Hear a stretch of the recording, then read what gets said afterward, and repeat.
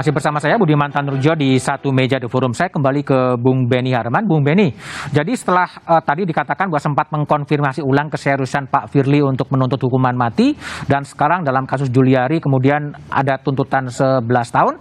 Pernah menanyakan ulang nggak kondisinya, Bung Benny? Dalam rapat kemudian, Pak Budiman, saya tanyakan kembali kepada beliau, mana janji yang dulu hukuman mati. Ya, beliau ketawa dan mengatakan Pak BKH akan tahu situasi kita. Ya saya paham lah ya. Artinya apa itu? Tapi KPK itu kan, bagi saya KPK itu bekerja dalam konteks, Bung, ya, konteks politik. Dia dilingkari oleh sistem kekuasaan. Dia tidak bekerja sendirian, ya. Dia bekerja dalam sebuah sistem kenegaraan, sistem politik, di mana kekuatan politik tertentu sangat menentukan apakah KPK akan survive atau tidak. Apakah KPK akan kencang dalam pemberantasan korupsi atau tidak.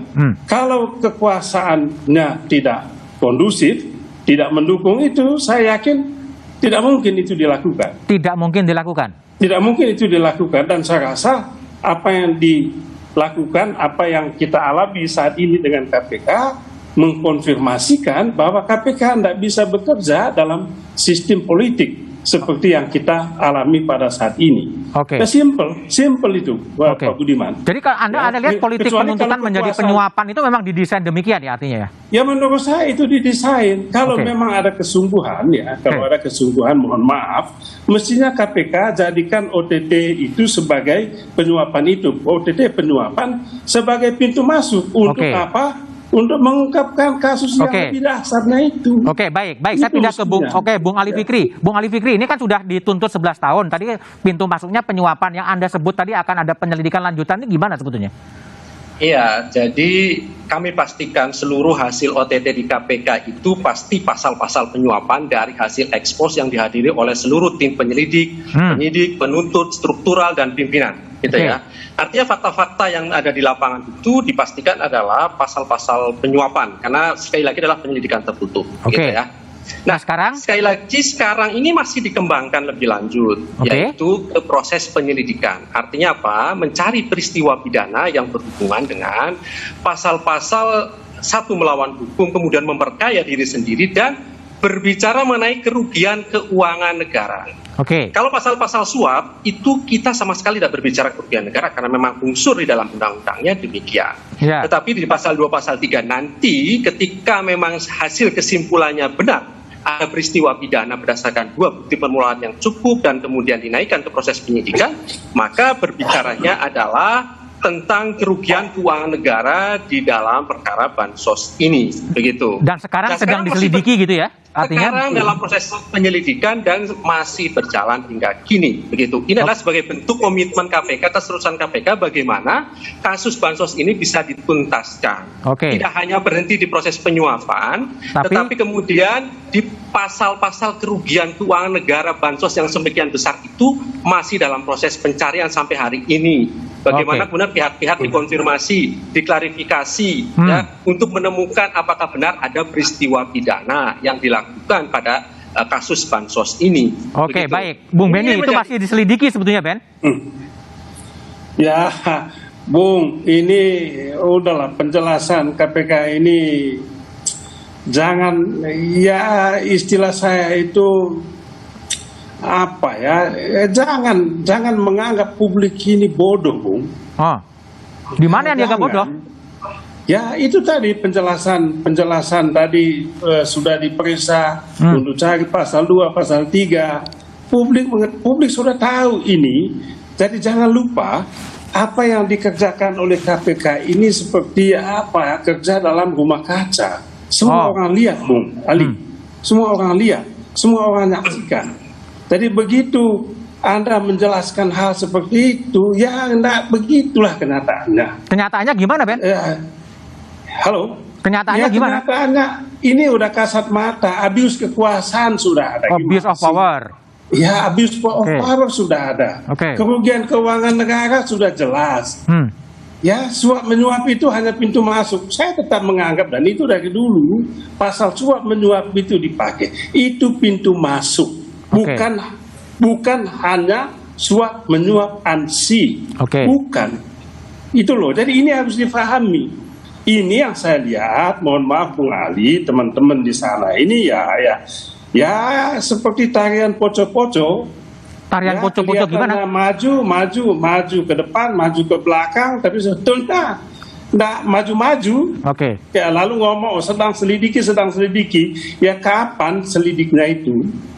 Kapan selesai, Bung Ali? Hal yang sudah jelas di depan mata. Bang Budiman, saya jadi ingin bertanya ke Bang Beni ini ya, yang sudah lama di Komisi 3 dan lain-lain. Saya tanya dulu, perkara OTT di KPK, mana yang kemudian dikembangkan pasal 2, pasal 3? Kalau kemudian berbicara bahwa itu pintu masuk.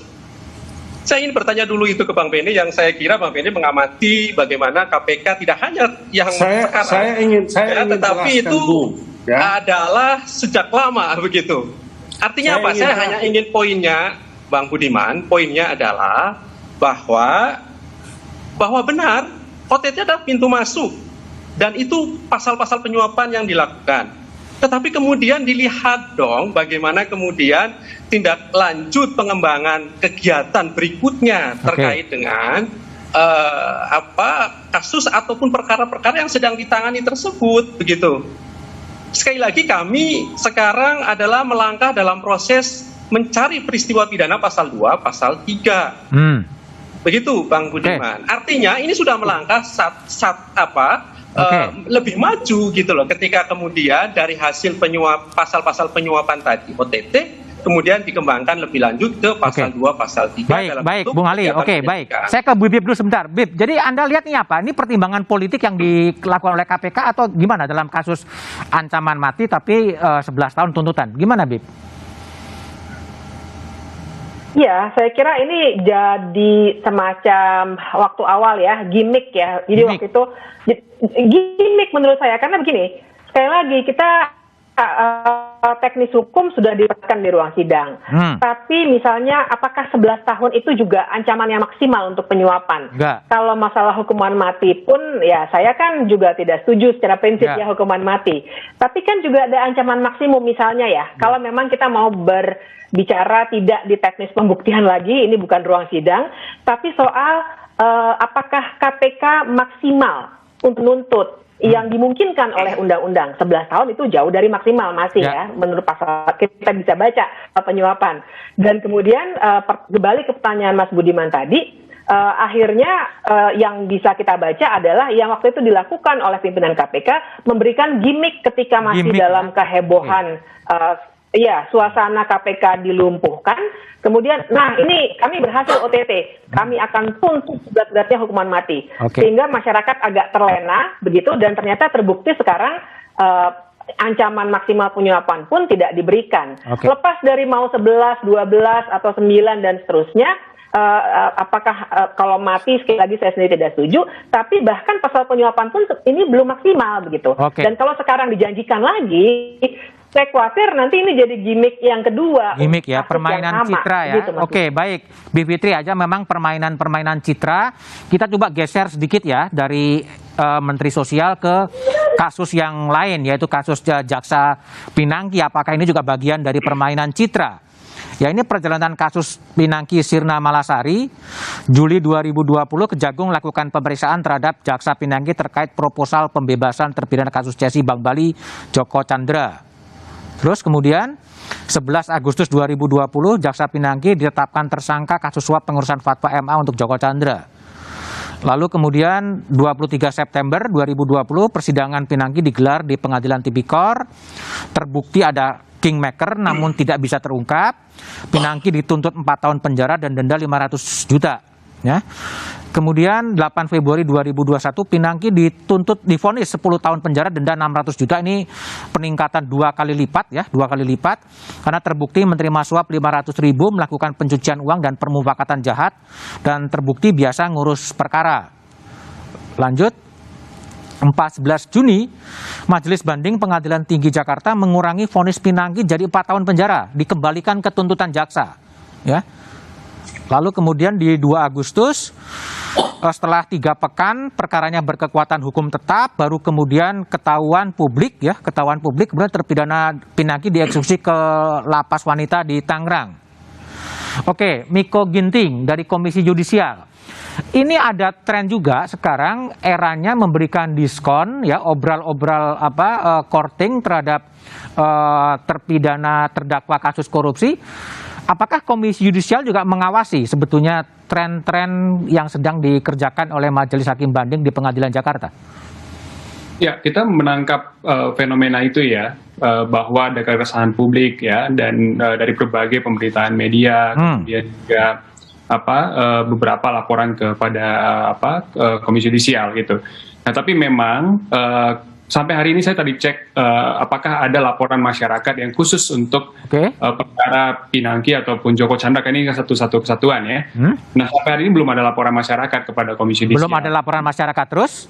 Masyarakat. Nah, maksud kami bahwa ini kan banyak sekali informasi yang beredar, kemudian dugaan-dugaan awal terkait dengan pelanggaran perilaku. Nah, kami mengharapkan memang masyarakat untuk memberikan laporan kepada Komisi Yudisial.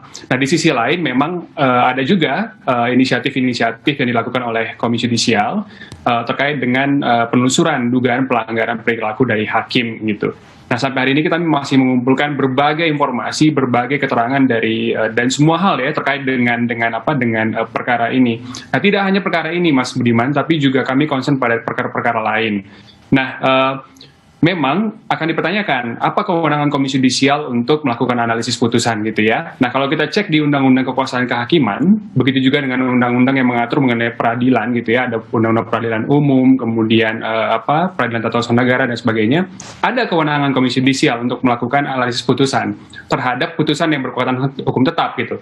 Jadi itu bisa... Oke, Bung Miko, pertanyaan saya, kalau dalam kasus Pinangki, dalam kasus Joko Chandra, majelis bandingnya itu dari 5 orang, 4 orang sama, ya, memberi orang-orang yang sama-sama memberikan diskon besar-besaran. Pinangki dari 10 tahun ke 4 tahun, lalu kemudian Joko Chandra dari 4,5 tahun ke 3,5 tahun. Ini indikasi apa yang dilihat dari fakta itu? Ya. Dalam berbagai perkara sebenarnya kan komposisi majelis yang dalam perkara yang berhubungan itu komposisi majelis hakimnya sama, itu memang bisa dikatakan lumrah juga gitu, karena memang fakta realnya kan memang sama gitu. Nah, tapi memang kami coba melihat dimensi-dimensi lain. Itu yang saya katakan yang menjadi sulit, Mas Budiman. Ini tidak hanya terkait dengan perkara Pinangki dan Joko Chandra, tapi perkara-perkara dugaan pelanggaran perilaku lain, misalnya begitu ya. Nah, perkara-perkara itu seringkali dilaporkan dan itu post factum sifatnya gitu. Jadi sesudah ada misalnya ada fenomena dugaan pelanggaran perilaku hakim, maka dilaporkan kepada Komisi Yudisial. Nah, Komisi Yudisial kan bekerjanya agak sulit kalau memang untuk mengejar informasi-informasi yang sifatnya retroaktif itu kan. Di situ batasan. Jadi harusnya gimana masyarakat? Nah, salah satu kewenangan dalam konteks kan gini, Undang-Undang Dasar 1945 memberikan kewenangan untuk menjaga dan menegakkan kehormatan hakim ya bagi Komisi Yudisial.